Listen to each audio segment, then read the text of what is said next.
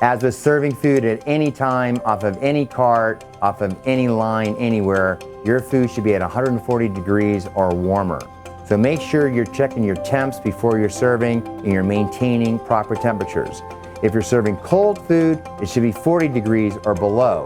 So make sure, again, when you put them into the cart, to temp them, and then if you're gonna have a long service, make sure you're checking your temperatures periodically to make sure you're maintaining temperature. So we wanna maintain our temperatures. If temperatures drop and we have a problem, we gotta bring the stuff out, reheat it back up to 165, and then it can drop down to 140 again. But whenever you do a reheat, remember it's 165. The other thing I'm gonna mention, you can be wearing gloves, or you should be wearing gloves, but you also should be using service tongs or a service spoon.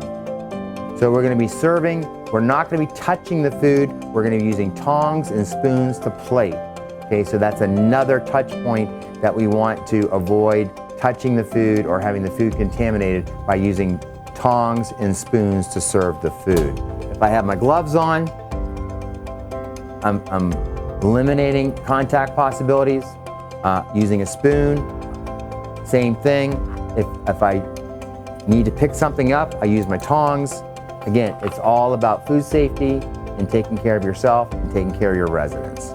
So you notice I'm wearing a mask. So if you're in a situation and you're in a COVID environment, or there is some sort of an outbreak, the flu's flying around your community, you need to be extra careful with infection prevention.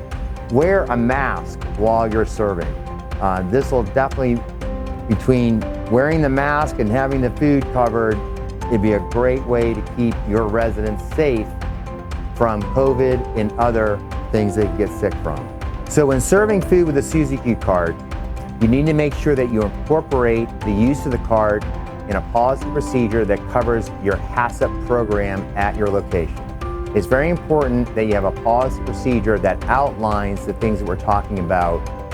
So if the health department comes in or CMS comes in, you can show them the guidelines that you're following that follow the HACCP rules that you need to be doing. So that way, your inspectors know that you're following that, and then you have a policy procedure in place that everyone that's serving from this has been trained on and knows it frontwards and backwards. That's a critical piece of this when you're going to be implementing a new piece of equipment like this and serve residents.